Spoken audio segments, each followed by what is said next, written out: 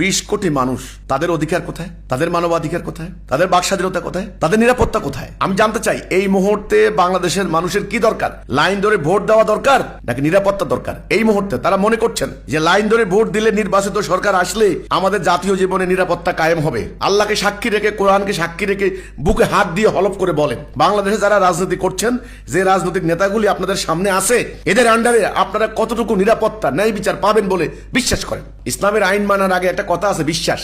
এটা ইসলামের ক্ষেত্রে আল্লাহ বলছেন আগে আমাকে বিশ্বাস করো, আমার নবীকে বিশ্বাস করো। বিশ্বাসটা হলো ইসলামের আইন মানার আগে, আমলের আগে, নামাজ রোজা হজ জাকাত অন্যান্য আইন আদালত, ইসলামের আইন মানার আগে হলো বিশ্বাস। আজকে যারা বাংলাদেশে রাজনীতি করছেন, রাজনৈতিক দলের নেতা, কেউ ক্ষমতা আগে ছিলেন, কেউ সামনে যাবেন, কেউ অংশী ছিলেন, শরিক করেছেন, যারাই ছিলেন, 20 কোটি মানুষ কি আপনাদেরকে নিশ্চিত করে বলতে পারে আগামী দিন এরা রাষ্ট্র ক্ষমতায় গেলে নিরাপত্তা হবে? মুসলমান হিসাবে আমাদের দেশে সুদ চলবে না, কোনো অফিসে ঘুষ আর হবে না, এমন নিরাপত্তা হবে মানুষ দরজা খুলে ঘুমাবে? হ্যাঁ, বলতে পারেন?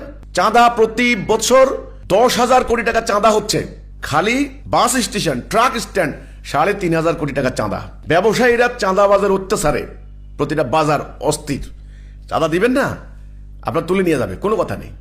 আমার কথা, বর্তমানে যারা এই সিস্টেমটাকে লালন পালন করছেন, আশা করছেন আগামী দিন নির্বাচিত সরকার, নির্বাচন হলে আপনার হলো সব সমস্যার সমাধান হয়ে যাবে, মানে ভাবখানা এমন।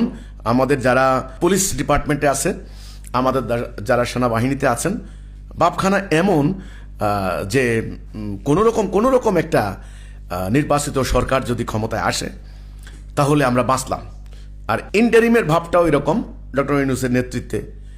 ওনার তো যা সুনাম সুখ্যাতি শুনেছিলাম, অনেক বড় ভারী মানুষ, অনেক পরিচিতির মানুষ, আন্তর্জাতিকভাবে ওনার পরিচিতি দিয়ে আমাদের কী লাভ? আমার কী লাভ? আমি তো লাভ দেখতেছি না। উনি নোবেল লরিয়েট, এটা আমার কোনো লাভ নেই, কারণ আমার জীবন ঝুঁকির মুখে, আমার জীবন হুমকির মুখে।